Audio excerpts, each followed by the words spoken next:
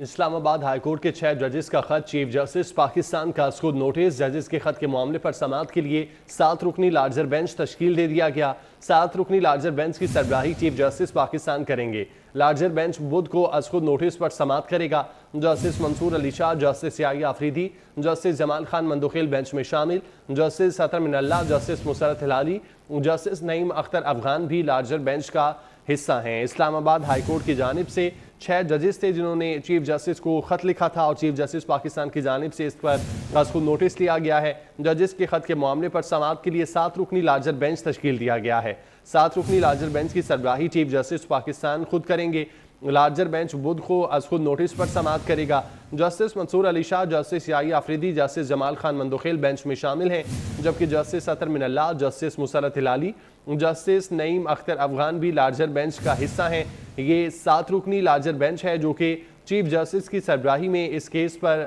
سماعت کرے گا۔ بدھ کو از خود نوٹس پر سماعت کرنے کا فیصلہ کیا گیا ہے۔ اسلام آباد ہائی کورٹ کے 6 ججز کی جانب سے خط لکھا گیا تھا اور چیف جسٹس پاکستان کی جانب سے از خود نوٹس لیا گیا ہے۔ ججز کے خط کے معاملے پر سماعت کے لیے 7 رکنی لارجر بینچ تشکیل دے دیا گیا ہے۔ 7 رکنی لارجر بینچ کی سربراہی چیف جسٹس پاکستان کریں گے، جبکہ لارجر بینچ بدھ کو از خود نوٹس پر سماعت کرے گا۔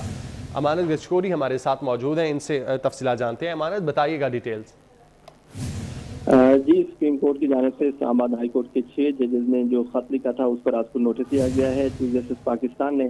7 رکنی لارجر بینچ جو ہے وہ تشکیل دیا ہے۔ ججز کمیٹی جو انتظامی کمیٹی ہے ججز کی، اس کی منظوری کے بعد یہ 7 رکنی لارجر بینچ جو ہے تشکیل دیا گیا ہے۔ چیف جسٹس پاکستان قاضی فیضی صاحب اس 7 رکنی لارجر بینچ کے سربراہ ہوں گے، جبکہ جسٹس منصور علی شاہ، جسٹس جمال خان مندوخیل اس 7 رکنی بینچ میں شامل ہوں گے، اور اس کے علاوہ جسٹس اطہر من اللہ، جسٹس مسرت ہلالی اور جسٹس نعیم اختر افغان بھی اس 7 رکنی لارجر بینچ کا حصہ ہوں گے،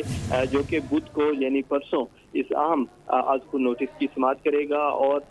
دن صبح 11:30 بجے اس کیس کی سماعت کی جائے گی۔ اسلام آباد ہائی کورٹ کے 6 ججز نے 25 مارچ کو چیف جسٹس پاکستان سمیت سپریم کورٹ کے تمام ججز اور سپریم جوڈیشل کونسل کو ایک خط لکھا تھا، جس میں حساس اداروں کی جانب سے عدالتی امور میں مداخلت کی پر تحقیقات کا مطالبہ کیا گیا تھا، اور سپریم جوڈیشل کونسل سے رائے طلب کی گئی تھی کہ سپریم جوڈیشل کونسل چونکہ ججز کی کنڈکٹ کو دیکھتی ہے، اس لیے سپریم کورٹ اور سپریم جوڈیشل کونسل اس معاملے پر ججز کی جو ہے وہ رہنمائی فرمائے، جس کے بعد چیف جسٹس قاضی فیضی صاحب نے فل کورٹ اجلاس طلب کیا تھا، اور فل کورٹ اجلاس میں یہ فیصلہ ہوا تھا کہ وزیر اعظم شہباز شریف سے ملاقات کی جائے اور ایگزیکٹو تک یہ معاملہ پہنچایا جائے، کیونکہ ایگزیکٹو کے ماتحت ہیں تمام ادارے، تو ایگزیکٹو سے پہلے مشاورت کی جائے، جس کے بعد وزیر اعظم شہباز شریف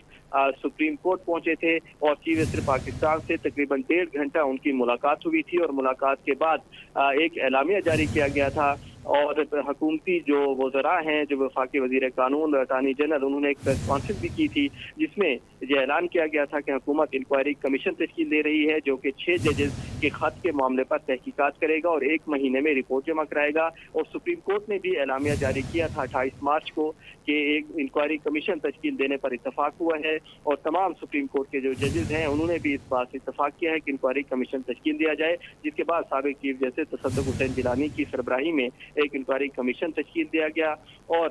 اس حوالے سے میڈیا پر خبریں بھی چلی اور حکومت کی جانب سے بھی یہ تصدیق کی گئی کہ انکوائری کمیشن جو ہے وہ تشکیل دے دیا گیا ہے۔ تاہم اب اس انکوائری کمیشن کے بعد چیف جسٹس پاکستان نے اس معاملے کا از خود نوٹس لے لیا ہے، تو اب دیکھنا یہ ہوگا کہ کیا انکوائری کمیشن جو ہے وہ اپنا کام روک دے گا اور انکوائری کمیشن اب تحقیقات نہیں کرے گا اور سپریم کورٹ ہی اس معاملے کو لے کر چلے گی۔ یہ جو ہے بدھ کو پرسوں اس اہم مقدمے ٹھیک ہے امانت، آپ ہمارے ساتھ رہیے گا۔ امان اللہ کنانی صاحب، سابق صدر سپریم کورٹ بار، انہوں نے ہمیں جوائن کیا ہے۔ سر، بہت شکریہ آپ کا وقت دینے کے لیے۔ 6 ججز کی جانب سے خط لکھا گیا تھا جس پر اب چیف جسٹس پاکستان نے از خود نوٹس دیا ہے اور 7 رکنی لارجر بینچ تشکیل دیا ہے، کیسے دیکھتے ہیں آپ اس کو؟